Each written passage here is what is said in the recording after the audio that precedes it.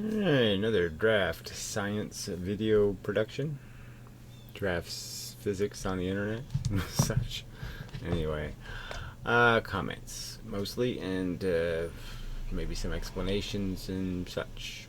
I think we'll leave it at that. See what happens. I'll be as surprised as you, maybe.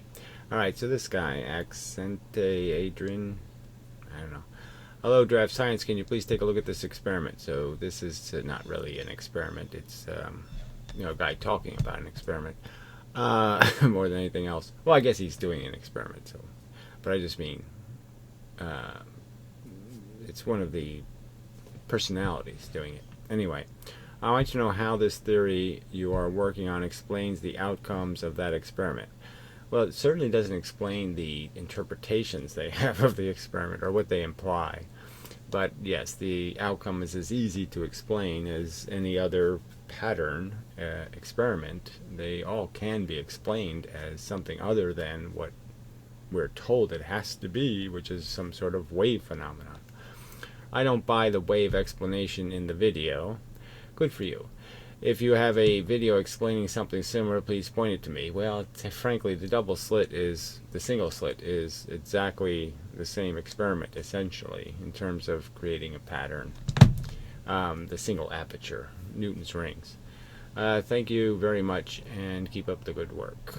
I mean, it's, the explanation is just kind of obvious, but anyway, not obvious. It's simple, yeah. But we'll go to that last. Alright. Speaking of wrong, Adrian Petrov, I don't know who these, Anton Petrov, I don't know who these people are. I've heard that name before. Just posted a video claiming black holes are now proven and Newton proven wrong. And I don't know what Newton would exactly be proven wrong about.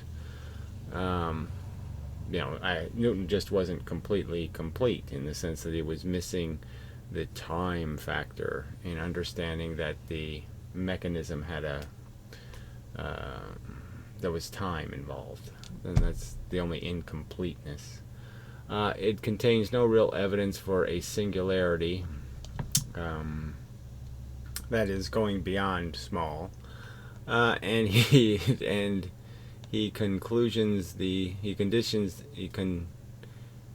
conditions his audience to dismiss people who try to prove Einstein wrong, as though anyone elaborating is trying to do so.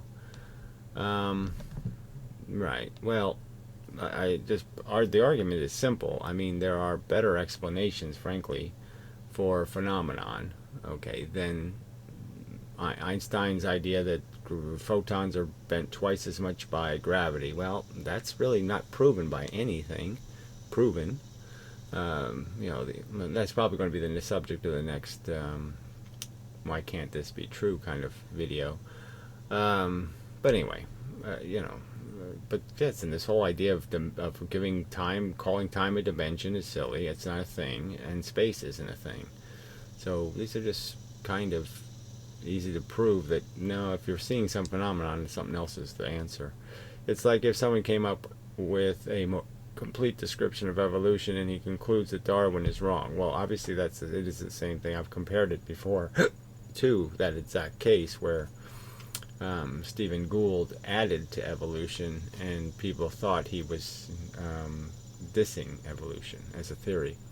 Or if someone comes up with a more mechanical explanation that goes beyond that and everyone proclaims that you're just trying to prove the new understanding of evolution wrong. Whatever.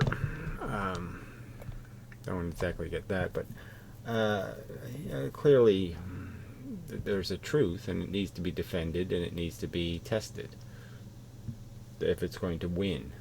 So why they're afraid of testing, is sort of evidence that they're standing on a weak platform. Why, if they're afraid of the test, why are they afraid? They should be able to pass it easy enough. The critics shouldn't scare them. You are sad. Ken Wheeler is very smart. He's very fat. I know that. And he's very arrogant. And he's very full of himself, as they say. But smart indicating what? He has a lot of, 4,000-year-old trivia. Speaks language, dead languages. totally useless. No one even wants to speak the dead languages. They're so dead. I mean, they're so freaking rotten. But anyway, clearly on the subject of what a magnet's doing and how it's doing it, Ken Wheeler's full of shit. And I've demonstrated that he's also just a fucking liar, alright? Because he has taken these things apart, these ferrocells and the rest of it. He knows the truth. So why does he keep selling the lies? So you've got to ask yourself that question. So if you want to defend a liar, well, go ahead. Bad on you, is all somebody can say. Janelle, yeah. Duke. So what is it? What is your thing with Ken Wheeler? Are you a scientist of some kind? Do you know any physics at all? Have you ever taken anything apart in your life? You know, mechanical things? You know, do you know how to, install a condom? Hopefully. Anyway, another virtual particle. So this is another Ken Wheeler fan. So he takes the icon of Igor from Young Frankenstein, who was really dumb. Okay, I mean, Abby Normal. Abby Normal. Thought it was a person. Abby Normal. Anyway. So you've already, you've already announced yourself. I'm an idiot, a buffoon, a caricature. Don't pay any attention to anything I say because I'm a jerk. You've already told us the story. Another virtual particle called magnetic monopole. No, they're not virtual. It's the whole point. And electrons and protons are pretty well established as things that have properties. You don't believe in those? You're pretty stupid. But anyway, how many bumping particles? Yes, you mean like asteroids hitting the Earth or the Moon or something, right? I mean, frankly, everything we see is bumping, okay? I mean, cars don't use ESP to crash into each other. No, they actually impose each other's material substance into each other's space, so to speak, into their material space. So they do what you call bumping, douchebag. Happens all the fucking time. You ever watch like pool tables or bowling or shot put? Your shot put goes in the air, dent in the ground. What? Stupid. It needs to be abstracted and refi prior to change the paradigm. Anyway, there's no abstract in my counter argument. There's no virtual photon. So again, you just can't pay any attention, right? You're just too fucking stupid. Alright, so another comment by the same idiot. Some of the elements inside the brass are magnetized. So this must be when he's using the brass gyroscope. And so I'm just pointing out that yes, it's made out. It's a conductor, so it doesn't really matter. In terms of the paramagnetic effect, is going to happen whether you like it or not. With conductors, and the key thing is whether it's going to have any ferromagnetic material kind of reaction. So the paramagnetic happens. So you're moving a conductor in a magnetic field. Fact. And you're surprised that it has a consequence. Well, nobody who knows anything about physics would be surprised. What does it mean? Question mark. It means atoms line up and it creates a reciprocal magnetism. That means if it's a paramagnetic, that is a Lenz's law type magnetic field, it's going to be exactly the opposite of the one. I mean, it's going to be the same as the one it's facing. So ferromagnetic creates an opposite magnetic field, like the iron filings around a magnet. Paramagnetic causes a same magnetic field, which ends up being repulsive. And which is the quantum condition of a system of particles when it is magnetic. So I'm clearly not defending anything known as quantum conditions or quantum, what do they call them, properties. I don't think spin and all these other crap, color or any of that crap exists, so fuck you, you're an idiot.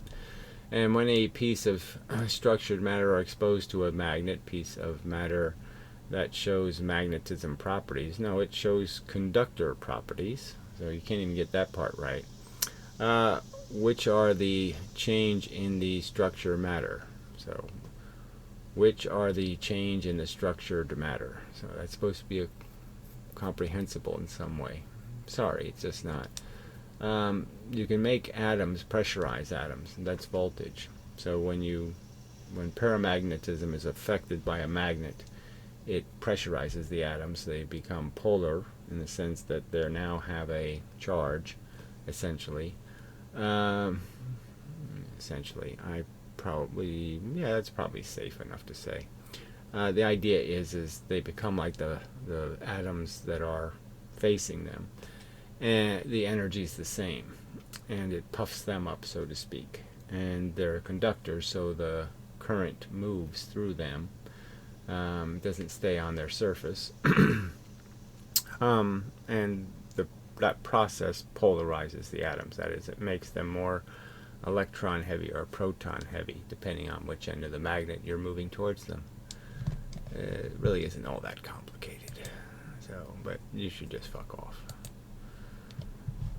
I just hate people.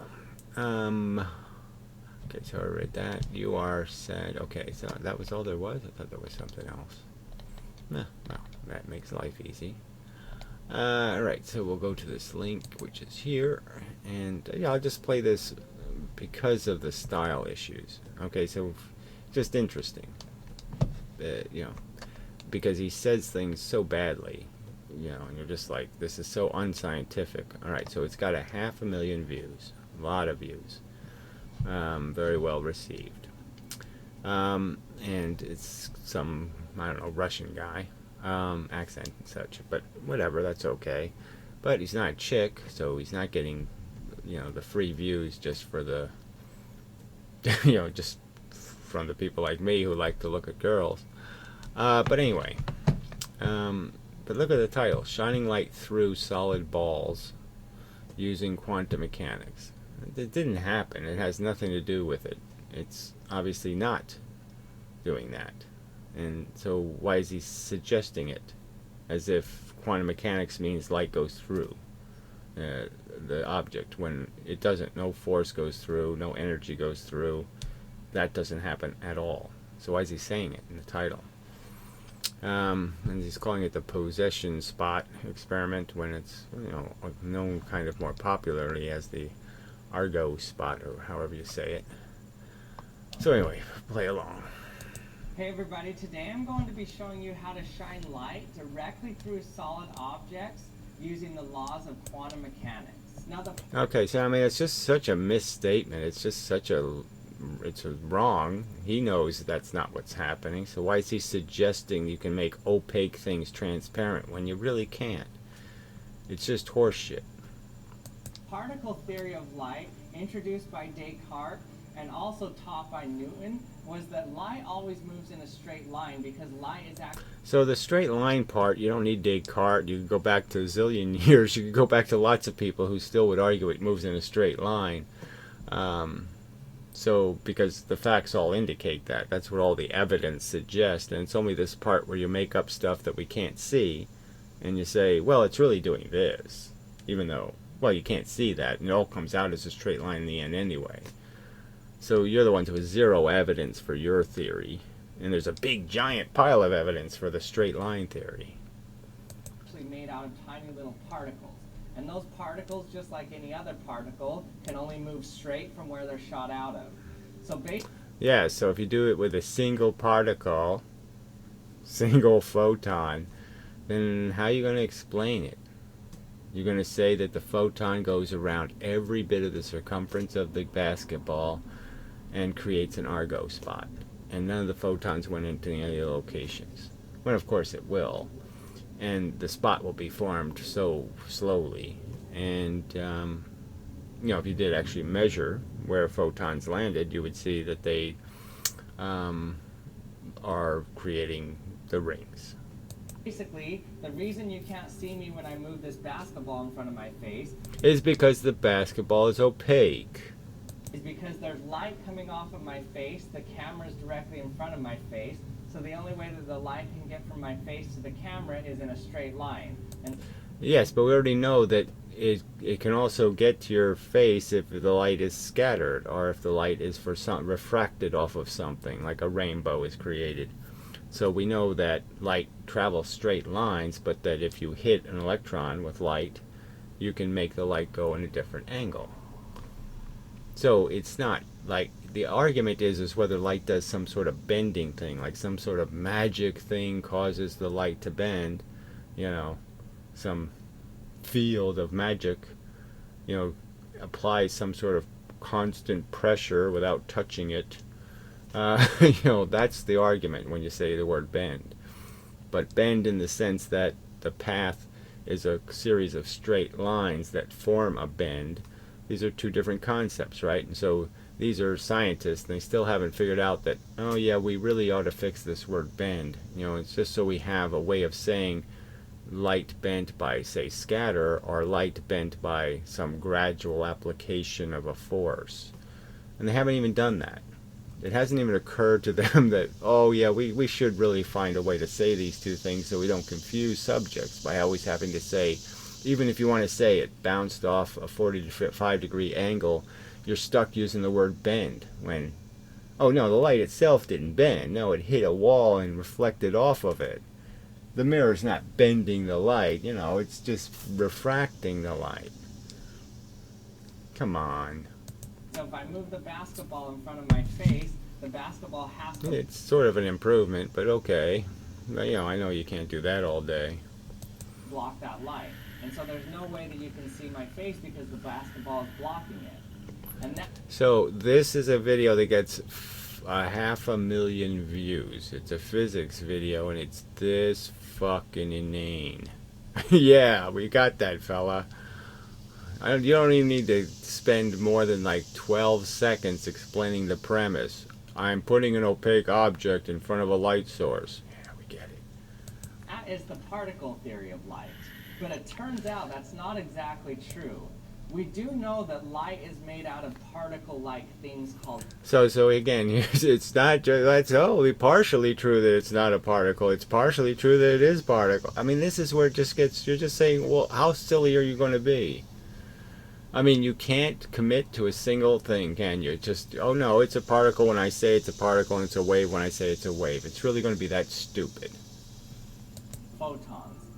But it turns out that these photons don't always behave like particles. They also have some weight. So again, they don't always behave like a particle, which means what? I mean, that doesn't have any meaning, okay? I mean, they're always behave in the sense that they can change direction if they hit electrons. So if you put some electrons in their way, you can get them to change their direction. The photons will have a changed direction. So in that way, it's always consistent with particles. It's not like it's doing something inconsistent with the particle theory. No, it's that you're saying, well, in certain circumstances, though, that refraction of the photon looks like, okay, there was a bazillion little photons and they all made a wave front and the wave interfered with itself. Well, looks like isn't is like. And the way you find out how it isn't is that you compare it to all the different experiments. All the one opening experiment and one impediment experiment, then two opening experiment, and then 7 opening experiment. And you compare all of them and you glean information from all of them and you find out that, oh, the wave thing doesn't work with one slit, and certainly doesn't wave with one impediment, and then it doesn't, the multi thing doesn't work at all because those are images going to each location, and interference isn't going to create images. Wave-like nature. And in that case, that means that these particles aren't always going to move in a straight line. Now these So they all do. I mean, the ones that are going to go around the basketball, they certainly, you can draw the picture of the straight lines. You can draw straight lines, just like you can draw straight lines for how the Earth goes around the sun. You can just use Planck distances, and you can just say, well, it moves a Planck distance this way, and then it moves a Planck distance this way, and then it moves a Planck distance this way, and then it moves Planck distance that way. And you can draw gravity with a bunch of straight lines. There's no law against it, and it works. Jeez.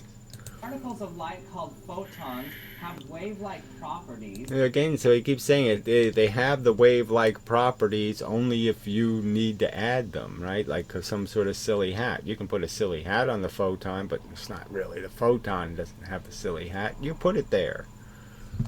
You know, it doesn't have to wear the hat. But what is it that's actually waving? If you have one photon, how can it also be a wave? Yes, exactly. It's just a silly thing to say, so why don't you quit saying it? Well, nothing is actually waving in the photon. What it actually means is that in between the light coming off of my face and getting measured in the camera, the particle behaves like a probability only. Right, so now it behaves like a wave, and now it's behaving like a probability, which, as if we are supposed to know what a probability does. Well, you know, we know that when I roll dice, how the dice turn out isn't have anything to do with any magical probability. It has to do with the fact that there's surfaces and there's so many variables in terms of it's impacting so many things that I can't predict, and that the circumstance will demand that each one of those variables will change a little bit with each roll, and I'll be guaranteed to change the outcome because there's so many variables and I can't make all the variables the same. You know, I can't make a million little, I can't set it up the dominoes the same way, so they're going to fall a different way because I can't set them up the same way.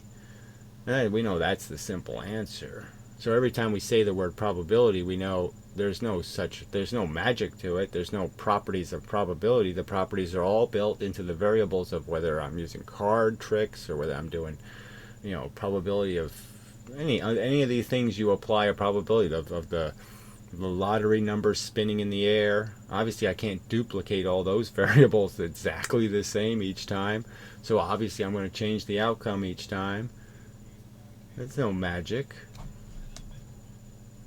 Meaning that we only have a certain probability of discovering that photon somewhere else in space. Now, yeah, so again, just so more stuff about the probability exists because obviously each photon, we're not going to be able to make it travel the same path, and so it's going to interact with a different electron than it did the first time in a different location, and a different outcome is going to be the byproduct.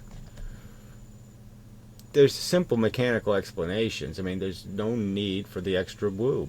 It's just religion. It's just taking a normal human and putting the silly hat on him and the robes and the smoking urns and then have him speak a retarded language and then say, yes, that's reality. But no, it doesn't have anything to do with reality. obviously, the highest probability of finding a photon is usually directly in front of where it got shot out of. So that's also nonsense because we know that every surface shoots photons out of millions of locations in all kinds of angles. So the highest probability kind of thing, you know, when you're making this argument, well, that only means when you're shooting a single photon from a single location, because then you have that same spread. But obviously, if you have a whole bunch of locations that are emitting photons, there's going to be lots of locations that will have an equal amount of light hitting them, theoretically, especially on a big surface. So it's almost the infinite plane argument that once you get two surfaces, your emitter and your receiver closer enough to each other, you're going to have lots of locations that get the same amount of light. So that's why in most cases when I hold this basketball up in front of my face, you don't see me, because we have the highest probability of blocking the photons when we have a... All right, so does that make sense to people? Oh man, that's really annoying that he's whoring for more money. Oh, wonderful. I need that. I need that stuck in my head. This fucking cunt. Fuck you. Jesus. So amazing. 500,000 views. He puts, you know, mandatory ads in his videos, and he talks absolute shit. Action Lab. What's the action so far? I don't see any. In front of where they're being shot out of. But here's where things get weird. According Oh yeah, like you haven't said enough stupid weird shit already. to the wave-like nature of light, the highest probability of the location that I can find a photon... is right back at yourself, right? So we know that the light, yes, is going to bounce off the basketball and bounce right back to you. So if you want to find the most light, you just put the sensor right on your own nose and you'll get the most light right there, because it never goes through the basketball. That's all horse shit. The only light that will get to the other side, if any gets there at all, is light that takes a much longer path around the ball. Duh, duh, duh. It was heading off in that direction, a completely different vector. It wasn't going parallel, it wasn't doing all that crap, it was doing this crap. Coming from my face, when I hold this basketball up in front of my face, is directly in the center of the basketball. So that may sound weird. What I'm telling you is that you should be able to see me directly at the center of this basketball. You should be able to see my face through it. That's just it's absolute nonsense, right, on its face, and it just has a coincidence. And another one of these coincidental things in terms of they have some mathematical geometry that's based on the spherical symmetry and based on other arguments. And yes, if you can do the math two ways and come up with the same answer. But the real rational argument is going to be the answer is really simple in why you see the spot. And it has nothing to do with the light going through the basketball. But why don't you see me? Well, it turns out it's only true for things that are very smooth. So for example, let me grab a smoother ball like this metallic sphere here. So if I hold this metallic sphere up in front of my face, I'm telling you that according to the wave-like nature of light, you should be able to see directly through this ball into my face when I hold it between... See, whether you can see your face is a whole nother argument. What you'll see is light reflected, like a little bit off your nose or a little bit off your forehead, off some location. And it's probably going to have to be a very small location in the center, on a center line. So it's going to have to be equidistant from all surfaces of the sphere. And that's what you're going to do. You're not going to get an image of anything. You're just going to get a few pixels of light. Me in the camera. But still, you don't see me for some reason. Now this should just sound absurd at this point. I'm telling you. Yeah, this is such baby talk, right? I mean, this is a real thing, a real phenomenon that was discovered in real physics. And just telling the real story would have been so much better than doing this childish nonsense that somebody thinks the light goes through the ball when we know it doesn't do that. That's why it has to be smooth. I'm telling you that light should go directly through the center of any sphere. No matter what it's made of solid, steel, or anything, light should just go directly through it and come out the other end. So I don't know where he gets that from exactly, but it's just absolute horseshit. So fine. But I've just shown you two. It just has to do with, look, there's always, no matter what system you create, there's the center of the circle is a unique location. Everywhere else, the circle has a huge amount of area.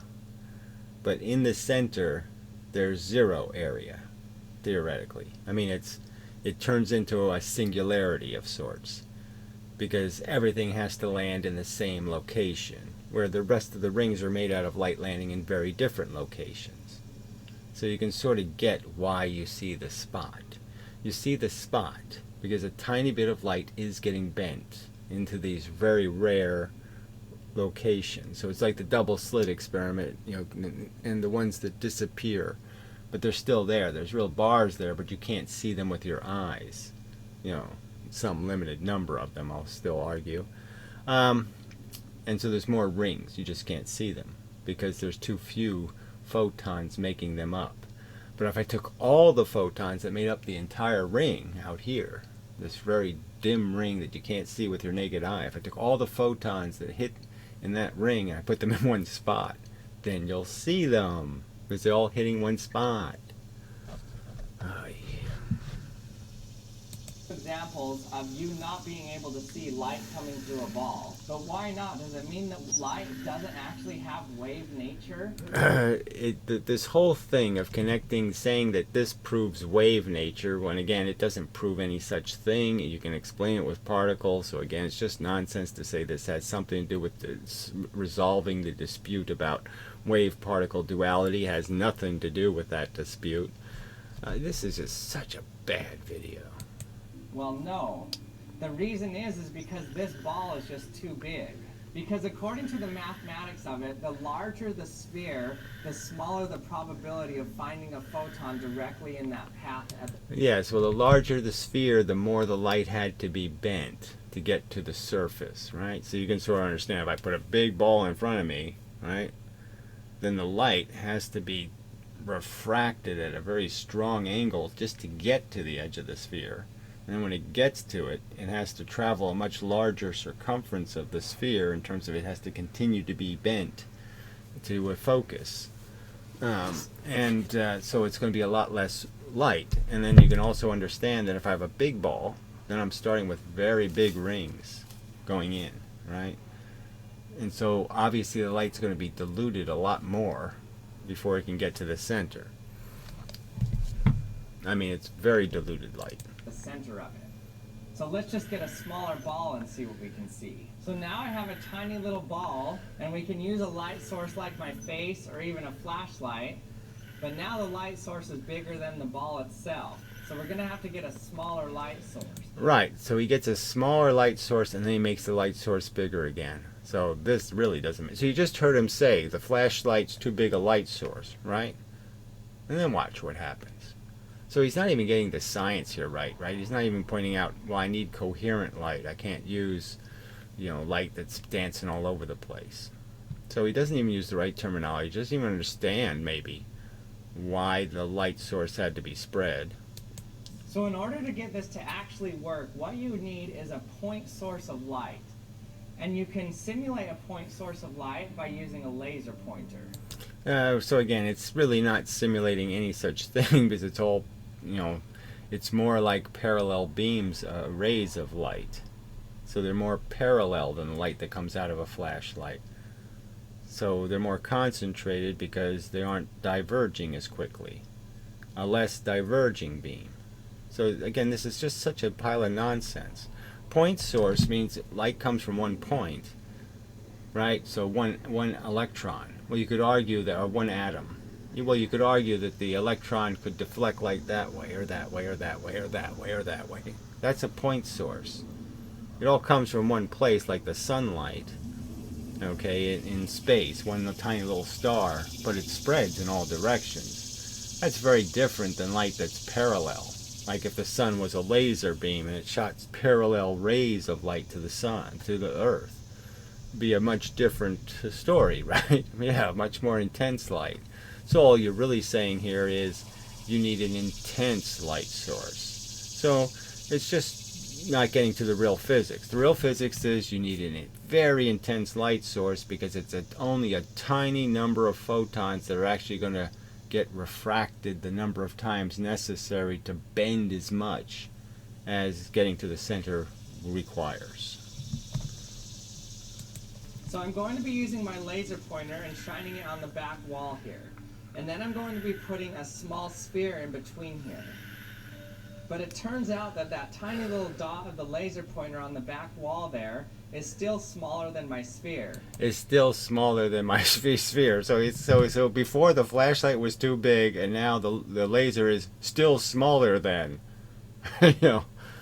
So what? But it's just so you can obviously see there's no logical continuity to this argument. So instead of using the correct terminology, which is coherent or culminated light, he's playing a game like this has something to do with something else. No, it has to do with intensity. And that's what it really has to do with. And you need an intense light source, but it obviously has to be able to get to the surface of the sphere. The intense part of the light has to get to the surface of your sphere. If it can't get to the surface, that is, doesn't spread enough to get to the edges of the sphere, nothing's going to happen.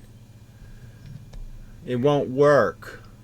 So I need to spread out the light. Because the light's not going through anything. It's obviously going around something. And if you don't get it to the edge where it goes around, then it can't go around. A little bit to get that to be a larger area of light on my back wall here. And I'm going to do... So I'm just saying, it's right here in front of you. He said, shine the flashlight on, said, the light's too big. Now I say the light's too small. It's just too stupid. Do that just by using a lens. So to spread out the light, you can use a magnifying glass, but I have just a smaller lens here with a higher power. So I'm just going to use this lens here. Right, so there's no point in making that big lens because, boy, that doesn't, it's higher. Different kind of lens, but anyway.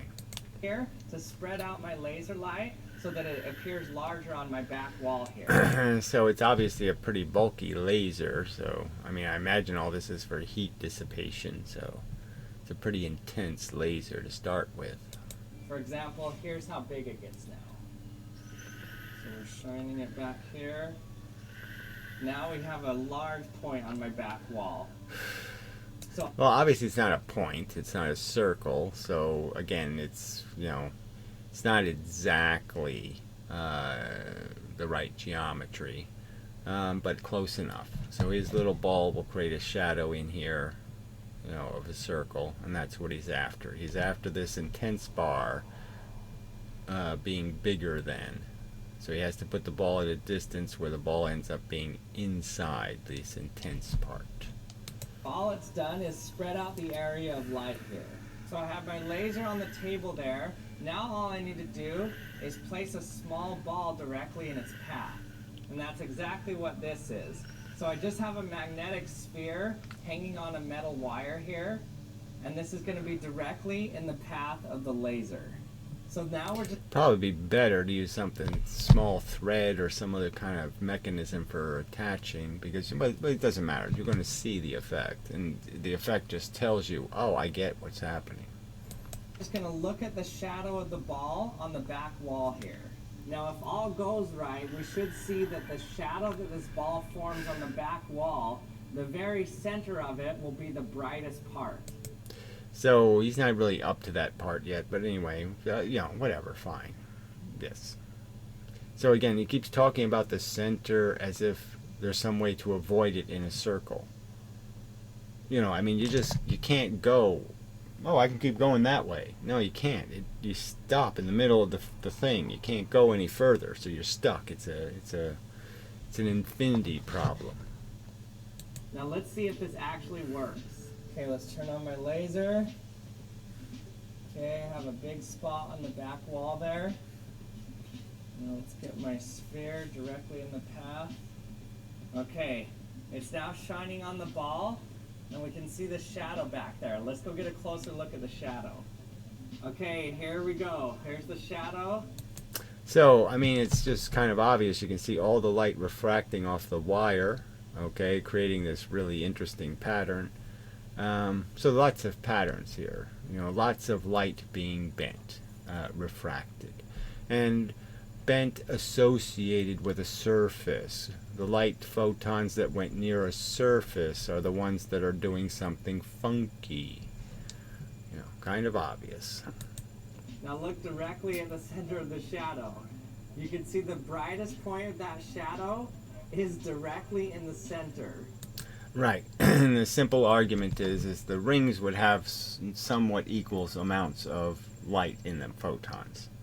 So when you see Newton's rings, they're brighter in the center and get weaker as they go out because you're spreading the same number of photons theoretically over a wider amount of area. So obviously the intensity looks less because the density is less. And so obviously in the center, the ring in the center doesn't have any surface density. You could call it 1. It has an area of 1. So all the light has to be spread over the area. So obviously if you did a simple mathematical equation, you could figure out that, oh, the intensity is going to appear insanely intense there because it's not spread over any area whatsoever. Just to one area, where the other, even the next ring, is over an area that's 1,000,000 times larger than the area of the center dot. So where the rest of the rings, the percentage of increase in area is like times 3.1, let's say pi-ish kind of number. That's the ratio of the change. The ratio of change for the center dot is 1,000,000. So it's like 3 times more area, 3 times more area, 3 times less going in. 3 times less, 3 times less, 3 times less, then 1,000,000 times less area. So that's why you see the dot. There's really a bunch of rings, but there's so few photons hitting over a large area that you can't see them. is only a tiny percentage of the photons are actually going to make this trip. So out of all the photons that you're shooting, 1 in a million is going to go around that edge. And so it's a tiny, tiny amount of total light that's getting refracted, and it's even a smaller percentage that's refracted to that center point, and it's a tiny amount of area, though, that center point is composed of, so it reflects more light from that location. Therefore, it's intense enough for us to see it. Isn't that so weird? Isn't that so weird? 500,000 views by people somewhat interested in physics, no doubt, and this is how they talk. Isn't that so weird?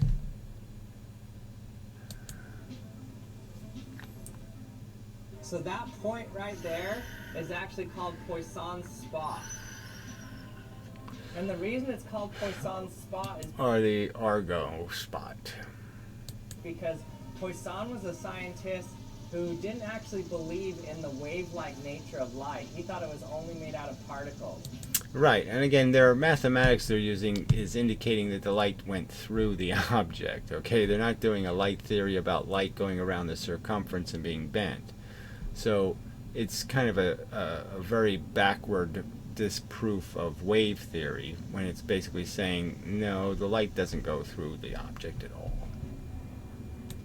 And so he mockingly said that if it were actually made out of waves, according to the math, that would mean that if you had a perfectly spherical object, then directly in the... So again, they're basically implying that the difference between wave theory and particle theory is that waves are bent, but particles can't refract. Particles don't refract. They're basically denying particles the right to be refracted and to change direction. When, again, we know they change direction all the time. On all kinds of surfaces, their angle changes. That's how rainbows work. Rainbows wouldn't work if light couldn't change its direction. So this is just so frickin', it's such a distortion of reality. No, the little particles can do something very similar to what your little magical wave bending crap does by your non-existent force. And by simply hitting electrons, which you would expect to exist on the surface, there's absolutely no surprise that the photons change direction. center of it would be the brightest part of the shadow. And it turns out that that's actually true, but it's kind of a... No, well, the real truth is there's a ring here, and there's a ring here, and there's a ring here. It's just a single slit pattern. So there's rings also. Just slice it up. There's rings going to all these locations. You just can't see them because the light intensity is too low. So the only one you see is the bright middle one. That's it. Now in the single slit, that's because the light does go straight through. Because there's a whole bunch of the light isn't affected by the slits. Until you make the hole very, very small and you increase the effect of it's got to be bent one way or the other.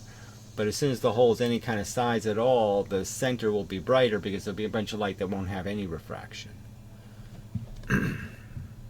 Difficult experiment to set up because in order to do it, you have to have a very spherical object and you have to have a point source of light like a... So it has to be very spherical for the obvious reason that this center changes if you have any imperfections in the surface, then the distance is different and the photon will go off the spot, and that's why you won't see it anymore, is because it'll be spread over a larger area. So just as much light will be going towards this kind of a location, it's just that it'll be spread over the bigger circle and therefore you won't see it, and that's all. There's nothing, again, there's nothing magical about this at all. Laser. So the question is, what does it look like if you're directly in the center of this sphere here? So now to show you something even cooler, the center of the ball is where it's brightest, but I've cut a hole out of it so that it's shining to the back. So why don't you show us the hole you drilled in it? Right. So now he thinks there's some point in doing this. I drilled a hole in it, now we'll shine light through it. And somehow I haven't just wiped out the spot? Yes, you have. That's the center of that ball there. So that's the center of the shadow right here. So now if we look through this hole in the back, you can see that you see the laser light up there, and there's no ball blocking it whatsoever. So basically, at the center of the shadow is where it appears that there's no ball in front of the laser at all. That's crazy. So no ball in the shadow at all. So I guess this part is the part that's a little bit tricky to understand. So he's looking back at the laser through a hole in the... that doesn't make any sense. There's no point in me trying to figure out what he's saying there. Just no point. But look at these little, look at the little single slit pattern right in here. Pattern everywhere. Yes, that's what happens. Light refracts. And it refracts when it goes into a lens, and that's why the lens can magnify the light. It's because it's bending the direction of the photons. But we know it's not bending them with a gradual process. It's bending them because it's hitting real electrons on real surfaces, and those electrons are moving and releasing the photon in a new direction. basically, it's as though the light is coming directly through it. So what actually happens is, as the light comes from behind the sphere, the entire circumference of the sphere now acts like it has a bunch of point sources around it. So again, just point sources, which it doesn't act like they're point sources, because again, why would they go to a center? And so as the light hits all of those point sources, they all constructively interfere directly. So again, they all constructively interfere. Well, you can't do constructive interference without destructive interference, so that's again sort of horseshit. In the center of it. So you can see when you add up all the waves of the individual point sources around the sphere, that at the direct center is the place where you have the... So again, this is just this density argument. This is how the density of the photons drops off. And all you're saying is, oh yeah, well I have a problem because they can't cross over. So they have to terminate in here. So if they drew this graph some other way, you'd get the fact that it's one of these unsustainables in the sense that there's zero. You can't get any smaller than almost no area. And once you're at that point, that's where all the photons have to go. The highest amplitude, meaning the most likelihood to find a photon where all the waves add up together. So again, with this amplitude crap, it's crap. So these are basically your rings. Ring, ring, ring, ring, ring. I imagine that's what this chart is supposed to be representing, even though it's not doing it consistently, which is a little strange. But those are just your rings. And those rings you're not going to see because they're spread over too much area. The number of photons over way too much surface. So in this graphic here, you can see how when light hits a spherical surface like this, that those waves can actually constructively interfere so that the center becomes the brightest point. So this has something to do with a spherical object, he said. And where do I see anything spherical in this image? I don't see it. So what's he talking about? Who the hell knows? But you could see the lines, it's more than one line in the center. You know, in the center part, there's lines going up and lines going down. And you're just not seeing those. So you're not seeing the rings. You're just seeing the center. Now, it turns out that you can talk about Poisson's spot without even mentioning the particle nature of light. So again, you know, of course you can, because you have invisible forces bending things and doing things, and so yeah, you can make up anything you want to make up. So, you know, all your formulas are based on effects. They're not based on you predicting anything or actually understanding anything. You're just saying I can draw a formula for probability. That doesn't explain cause. So if you want to explain the cause, then your wave theory is going to have to invent Huygens and all kinds of weird things. But you're going to have to say a single photon goes to all the locations and bends in all the locations. Some kind of crap like that. Well, they're really not in this case because, well, yeah, you still have to come up with your reason why the light bent. What's your wave theory of what bent the light? Why did it bend? I mean, on the surface. I'm just saying there's a round sphere. You go this way and it bends. You go this way and it bends. Well, without your interference concept, you can't create all those extra angles. You can't create the rings. So in theory, you have to say the photon went around every single edge of the surface and interfered with itself and then landed in one location. So you can say, well, we can explain it without using particles at all. Well, your explanation is fucking religion. Because frankly, it doesn't sound like physics to me. There's no physical process here that makes any sense at all. You have no evidence photons do all of this stuff. But the reason I mentioned the particle nature of light, because in general it's incomplete to call light either waves or particles. So more baby talk. No, you just don't understand. So instead of just saying, we just don't know enough to be able to understand what's happening, because some experiments sort of look like a wave and some experiments sort of look like a particle. So just admit that you don't understand. Don't sit there and pretend that there's actually some character of the photon that requires it to be both. Because it doesn't. Both theories, if you really engineer them, could probably explain any phenomenon. So again, you're just pretending because you really can't tell. And you don't want to commit to the thing that seems the rational choice, as Feynman would put it. It's a corpuscle. It doesn't turn into a zillion photons. It's one photon. It goes from point A to point B in a straight line. There's nothing else happening. You kind of have to talk about both of them all the time. Now in this experiment... So again, just more nonsense. It's both a girl and a boy. It's both round and square. No, it's not. Light wasn't actually going through the object. Yeah, so why do you imply it in the title? Why do you imply it in the opening of the video? Why do you imply that, well, wave theory means it went through the object? Why do you imply that through this whole fucking video, you stupid, lousy cunt? Fuck. What was happening is that that object was causing a change in the wave properties of that light. So a change in the wave properties. No, I mean, it's just... What does that mean? Oh, a change in its wave property. I don't. At first, I don't even think it has one of those. But how the fuck do you change it? No, you mean your theory is the photon went to every location on the surface. Every single one. Such that it caused constructive interference of the light. Yeah, so it didn't change the wave properties of the light. The light changed into 1,000,000 photons, went to 1 billion different locations, 1 billion photons, went to 1 billion locations. From those locations, it went in a certain direction, and that direction meant it collided with itself and interfered destructively, or it missed itself and didn't destructively interfere, some kind of crap like that. And then it all decided to go to the one location where there was the least destructive interference. Fuck you. Or it caused the probabilistic wave-like nature of light. So again, he's saying it's in the nature of the light to be probabilistic. Would you say that the wave-like nature of dice? The probabilistic nature of dice? Would any scientists say that? That somehow it's in the dice, the probability?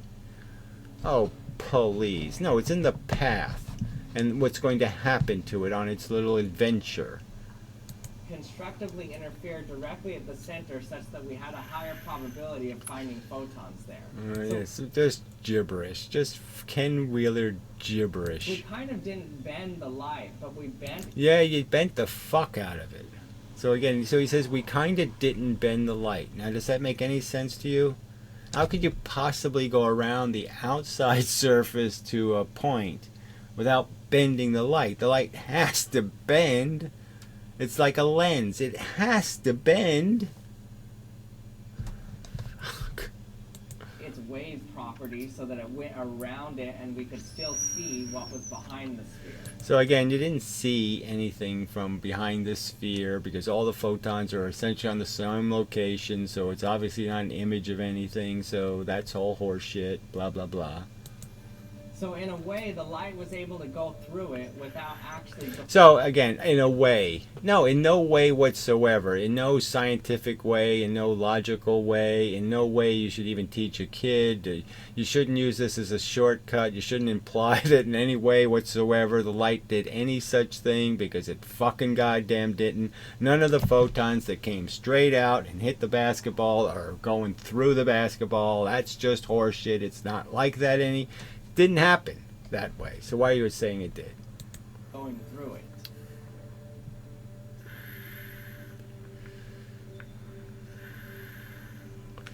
So a little hunk of wasted time. Cool.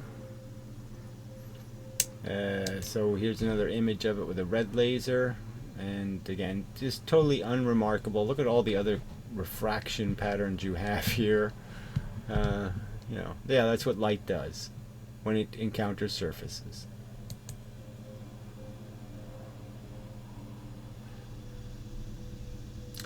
Laser, pen, and magnifying glass. Well, you can barely see that one. But again, you can barely see it because obviously, the likelihood of something going around that surface, hitting enough electrons to be bent enough to get to that center point, is going to be rather small.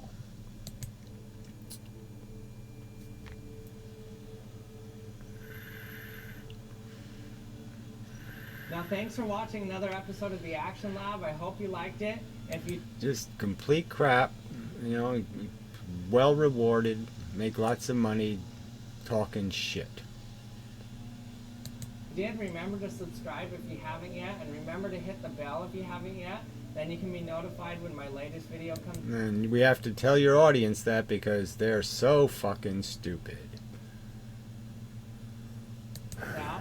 And check out theactionlab.com to check out the Action Lab subscription. You gotta tell them all that too, because they're just so fucking stupid. 471,000 re-fucking tards that need the base. Open your eyes to watch the video. Should I start my videos by saying, alright, make sure your eyes are open or you won't see any of the drawings or anything. So do you have your eyes open? Are your ears full of cement or, plugged full of wax or something? Clean. Make sure your ears are clean enough to hear the audio. Make sure your computer's on. Is your computer on? Fuck. Boxes. We now have 2 boxes available. One of them is the vacuum chamber box. The next one is the self-pouring liquid. You can purchase both of them or just one of them. Oh, isn't that exciting? We can buy something from this fucking weasel. Fuck, I hate this planet. Go check it out at theactionlab.com. And thanks for watching, and I'll see you next time. Yeah, fuck you. Get what you deserve, which is to be sold some kind of piece of shit and to be very disappointed. You're just selling crap. Crap science, crap bullshit. And you're doing it so badly. I mean, you're doing it without any art at all. Without any charisma, without anything, and it's still working. Because people are just desperate to hear about how wavy, wavy, wavy everything is. Ugh, disgusting. That's disgusting. This planet's disgusting. Alright, is there any point in me drawing it? I really don't think I need to draw it, but maybe I will. Just because I sort of said I would. But I'm not insulting your intelligence by drawing it. I mean, you really should have already figured this out. Alright, I'm back. There's some two-slit crap there. I didn't have any Argo spot writing yet, but anyway. Alright, so the idea, I guess visually, sort of have to see it this way. The rays of light, sphere, and spot is the idea. Wow, look at that. Look how well that turned out. Oh, that's not going to work. Wow, that's really just too freaking much light. Let's see if I can tilt this way. That's funny that I can't find a single angle that's any good. I mean, that's just horrible. Ugh. I mean, horrible from my perspective, because I can't get around that edge. Alright, let's see if I can move this way then. Alright, so that'll have to do, but man, that's a weird way to have to draw it. I guess I have to block the window if I do this in the daylight. shouldn't have to. I mean, more light should be good, right? But this is another refraction issue or something, right? The stupid glare wipes out all those other locations get wiped out by the glare. Anyway, all right. So the idea is that we know that this light in the middle is not going through anything, so that has nothing to do with this, and it's really this light coming this way. So his first example with the flashlight, the problem with that example is you put the ball here. The problem is now the light's doing two angles, so it has to bend a lot more to get to this spot, right? You can sort of get that. So if it's coming this way, it's only got to bend this angle, like whatever, 30 degrees. But if it's coming from this way, well, then it has to bend 60 degrees. So that's why diverging light sources will fail, generally speaking. And the other issue is the intensity. You need a very intense light because it's only going to be a tiny number of photons that make it here. So the simple idea is this surface argument, that this spot just has to do with the fact that that's really a ring. So these are really rings being created here. All right. And, you can just logically see that, getting to this ring will be easier. It's hard to get to the center one, but anyway, that the light that refracts off all these different surfaces of the sphere, so you just take this bisection, right, going this way and this way around the sphere, so that circle, and you're going to send light around and hit each one of these little locations, and they're all going to be bent and create a ring pattern on the wall. So the wall is going to have the pattern, and you can just sort of understand that, well, I mean, I'll draw it over here, that the center is an infinite spot, and then this ring, and then this ring. Okay, let me just draw the rings and I'll make it easier. So you can understand that mathematically the difference between the surface area hit, let's do it this way, the surface area of this ring is like 3 times the surface area of this ring. So the same number, almost the same number of photons are going to be making this ring as this ring. I mean, a few less make this ring, but it's not a huge number. So this one has less area but fewer photons. So less area would be, say, 3x, and the lower number of photons would be maybe 2x. So you end up with a 1x difference between these two. But when you get here, this is the key one, the center one, you're going to have 0. I mean a million x difference in the area. The area is going to be so much smaller between this ring and this ring. It's not going to be this 3 number anymore. It's going to be a huge difference. So that's the key, is your area has now gone down, so the thing you're dividing in your fraction is going to turn into a tiny number, 1, okay, where before it was 1 million, 1 million photon locations, and now it's cut down to 1 photon location. So before you were dividing into your, whatever this number was, you were dividing a huge number into it, and now you're dividing a tiny number into it. And so that's why that spot ends up being a true point source, and that all the light that hits it will reflect, and so you're just going to get a ton of light rays coming from that location, because it's going to have a huge intensity compared to the intensity of a same area here. So the same area here has a tiny number of photons that hit here, I mean like 6, and this one's going to have like 60,000 photons hitting the same size area. So you're not going to see this ring, but you will see this ring because it's really, really, really fucking small. Alright, so that's the simple explanation.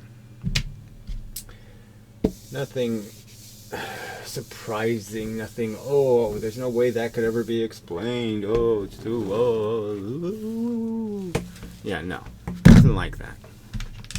You don't need anything complicated to explain it.